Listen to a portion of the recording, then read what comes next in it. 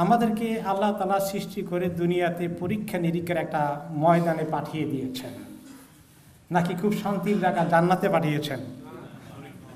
পরীক্ষার জগতে আছি। লিয়াবলুয়াকুম আইয়ুকুম আহসানু আমালা। দুনিয়া দারুল ইবতিলা, এখানে অনেক পরীক্ষা নিরীক্ষা আছে।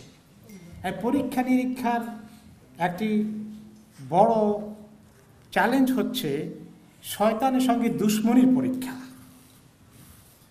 যখন থেকে আদম আলাইহিস সালামের সঙ্গে সম্পর্কের অবনতি হলো, সেজদা করতে রাজি হলো না, তখন থেকে শয়তানের একটা সিদ্ধান্ত হয়ে গেল, সে নিজে আল্লাহর কাছে ইচ্ছাটাই প্রকাশ করে ফেলল। সে কি বলে ফেলল? লা উগওয়িয়ান্নাহুম আজমাইন। এই আদমের গোষ্ঠী যা কিছু পয়দা হবে, আদম শুধু একলা না, সবগুলোর আমি গোমরাহ করে ছাড়ব। এবং গোমরাহ করলে কোথায় যাবে? জান্নাতে যাবে না জাহান্নামে যাবে? জাহান্নামে যাবে। এইটা তার বিরাট একটা পরিকল্পনা। আমার আপনার পিছনে সবাইকে জাহান্নামী করে এরপরে গিয়ে তার শান্তি হবে। আদম আলাইহিস সালামকে জান্নাতেই থাকতে দিল না, কি বলল? আল্লাহ আদুল্লুকুম আলা শাজারাতিল খুলদ। চিরদিন জান্নাতে থাকার যে গাছ আছে সেটার খবর কি দেব? তার পরিণতি কি হলো আপনারা জানেন। এখন তো দুনিয়াতে এসেছি আমরা, সে আমাদেরকে জাহান্নামে নিয়ে যাওয়ার একটা বিশাল তার পরিকল্পনা আছে। আমরা কেউ তার থেকে হেফাজতে নাই, নিরাপত্তা নাই। আমি এক্সাম্পল দিই যে ইমাম ইবনে জাওজি রহমতুল্লাহ আলাইহি সম্ভবত উল্লেখ করেছিলেন মুসা আলাইহিস সালামের ঘটনা। মুসা আলাইহিস সালাম আল্লাহর কাছে দোয়া করছেন, দোয়ার হালতে আছেন। ওই সময়ে জিবরিল আলাইহিস সালাম আসলেন মুসা আলাইহিস সালামের সঙ্গে কোনো মেসেজ নিয়ে, কোনো কথা নিয়ে দেখা করতে। এসে দেখেন যে মুসা আলাইহিস সালাম দোয়া করছেন আল্লাহর কাছে, আর শয়তান পাশে এমনি করে বসে আছে। তিনি বললেন যে ইয়া ইবলিস, তোমার হালত কি? এই মুসা যিনি আল্লাহর নবী, আর তিনি দোয়া করছেন আল্লাহর কাছে, তুমি এই সময়ে কি অ্যাচিভ করতে চাও? তার কাছে কি পাইতে চাও? তাকে কিভাবে ধোঁকা দিতে চাও? তোমার এত সাহস, তোমার এত শক্ত ইচ্ছা, কি জিনিস তোমাকে এখন আশা দিল যে এর ধোঁকা দেওয়া যাবে? সেটা আল্লাহর সঙ্গে কানেক্টেড হয়ে আছে। বলে, আরে শুনেন, তার বাবা আদম তো জান্নাতের ভিতরে ছিল, সেখানে যদি পারছি আদমকে ধোঁকা দিতে, তো মুসা তো দুনিয়াতে আসে, অসুবিধা কি? আমি হতাশ হব কেন? তাহলে আমাদের কারো ব্যাপারে ইবলিস কি হতাশ হয়ে গেছে? না। এখন সে তার বিভিন্ন তরিকা আছে, এই তরিকা দিয়ে সে আমাদেরকে জাহান্নামে নেবে। এবং তার তরিকার 6টি লেভেল উল্লেখ করেছেন ইমাম ইবনুল কাইয়িম রাহিমাহুল্লাহ। 6টি লেভেলে সে মানুষকে থেকে অ্যাচিভ করতে চায় গুনাহগার বানানোর জন্য, ক্ষতিগ্রস্ত করার জন্য। 1 নম্বর লেভেল হলো শিরক এবং কুফর। শিরক এবং কুফরে যদি কোনো মানুষকে লিপ্ত করানো যায়, তাহলে তার জাহান্নামে যেতে আর কোনো কিছু বাধা থাকলো? ফি নারি জাহান্নামা খালিদিনা ফিহা। এইটা যদি করতে পারেন না, এটা একটা ফার্স্ট টার্গেট। তো সে জানে সবাইকে চেষ্টা করে শিরক কুফরে নেওয়া যাচ্ছে না, তার 2 নম্বর টার্গেটে আসে, যে লোকটা সহজে শিরক এবং কুফরে যাবে না। 2 নম্বর টার্গেট হলো বেদাত। তাকে কোনো বেদাতের কাজে লাগানো যায় কি না?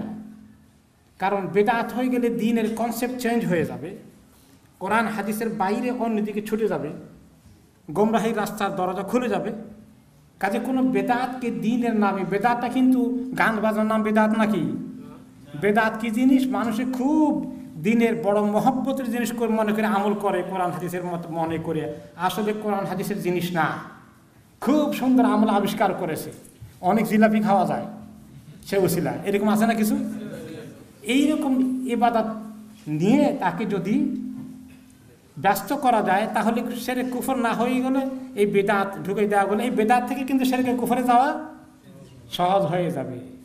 কারণ মাজার খোলা আছে, এই মাজার কেন্দ্রিক কবর জিয়ারত তো ভালো জিনিস, কিন্তু সেই উসিলা কি হয়ে গেছে? শিরক এবং কুফরের দিকে যাওয়ার রাস্তা খুলে গিয়েছে। তাহলে বেদাত 2 নম্বর টার্গেট। এখন কিছু লোক আছে যাদের মোটামুটি আকীদা সহি আছে, তারা শিরক কুফরে বেদাত যায় না, তাদের জন্য তার 3 নম্বর টার্গেট কি? কবিরা গুনাহ। জানে ঠিকই, কিন্তু হঠাৎ করে নিজের সুবিধার জন্য মিশা কথা বলে ফেলল। মিশা কথা সগীরা গুনাহ না কবিরা গুনাহ? গীবতে লিপ্ত করাই দিল, এটা কোন গুনাহ? সুদ ঘুষা লাগাই দিল, জেনা ব্যভিচার নিয়ে যেতে পারে। এই হলো কবিরা গুণের দিকে নিয়ে যা। কয় নম্বর লেভেল এটা? 3 নম্বর। কিছু লোক আছে যে তাদেরকে সহজে কবিরা গুণে নেওয়া যায় না, তখন তার জন্য কি 4 নম্বর সগিরা গুনাহ। কয় সগিরা গুনাহ এইটা, এগুলো তো আর ছোটোখাটো জিনিস, এই কিছু হবে না, এগুলো কিছু না। এরকম করতে করতে সগিরা গুনাহ এরকম হয়ে যায়, পাহাড় পরিমাণ হয়ে যায়।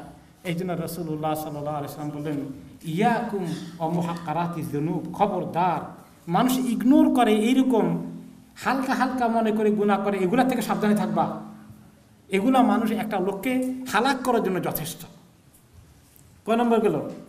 4 নম্বর গেল। 5 নম্বর গেল যে এই লোকটাকে দিয়ে সগীরা গুনাহ সহজে করা যায় না, সবসময় পারা যায় না। কি করা যায়? কমপক্ষে তারে এমন মোবাহ কাজে লাগাইত যাতে করে নেকির কাজ করার সুযোগ পাবে না, বিজি থাকবে একটা মোবাহ কাজের মধ্যে। ধরেন আপনার মোবাইল ফোন আছে, খালি টিপতে থাকেন, যদি গুনার দিকে নাও যান, ঘন্টাখানিক চলে গেল, ফেসবুকে চলে সময় দিতেই থাকলেন। তো এতক্ষণ এই 1 ঘন্টা চলে গেলে এর ভিতরে আপনি একটু কোরআন শরীফ পড়তে পারতেন, একটু আল্লাহ জিকির করতে পারতেন, একটু কাউকে একটু হেল্প, আপনার বেবিকে ঘরের মধ্যে একটু হেল্প করতে পারতেন, ছেলে মেয়েকে একটু ডাকি নসিহত করতে পারতেন। এগুলো থেকে সরাই নিয়ে কোথায় ঢুকাই দিল? মোবাইলের মধ্যে খারাপ জিনিস। আপনি খারাপ জিনিসে যান নাই, খালি খবর দেখছেন, খবরের পিছনে মন্তব্য এইটা সেটার মধ্যে আসে, স্টিল হালালের মধ্যে আসে। তো এখন আপনাকে একটু ঠকাই দিছে শয়তানে, কোনখান দিয়ে? যে অনেক নেকির আমল করা যেত সেটা থেকে আপনাকে সরিয়ে দিয়েছে। বুঝতে পেরেছেন তো? কয় নম্বর লেভেল গেল? 5 নম্বর। আর একটা লেভেল তার আছে, 6 নম্বর লেভেল। সেটা কি? কয় এই লোকের সহজে মোবাহ কাজেও সময় নষ্ট করা যায় না, সে কোনো একটা নেকির কাজ করবে। তো নেকির কাজ যদি থাকে, একটার মধ্যে অনেক সওয়াব আর একটার মধ্যে কম সওয়াব। এখন শয়তানের টার্গেট হলো এর গুনার দিকে নেওয়া যাবে না, তবে একটু ঠকাই, সেটা কি? কম সওয়াবের কাজে লাগাই দেই, কম সওয়াবের কাজে লাগাই দেই, আর বেশি সওয়াবের কাজ থেকে তাকে মাহরুম করে ফেলি। কম সওয়াবের কাজ কি? মেহমান আসছে, তো মেহমান একটু মেহমানদারি করাটা, এইগুলোর মধ্যে সময় লাগে, একটু এটার মধ্যে সওয়াব আছে অবশ্যই। এগুলো করতে গিয়ে এত সময় লাগাই ফেললো, ফাঁকে দিয়ে এত সময় চলে গেল, হয়তো ওই নামাজটা জামাতে বড় কাজ ছিল সেটাও মিস করছে। আরে মেহমান কি মাইন্ড করবে, তার একটু সময় দেওয়া। দেখেন তাকে ক্ষতিগ্রস্ত করে দিল না। আপনি মসজিদে জামাত পড়তেন, আপনার ঘরের মধ্যে আটকেই ফেললো। মসজিদ জামাত পেলে 1 রাকাতে কয় রাকাতে সওয়াব পেতেন,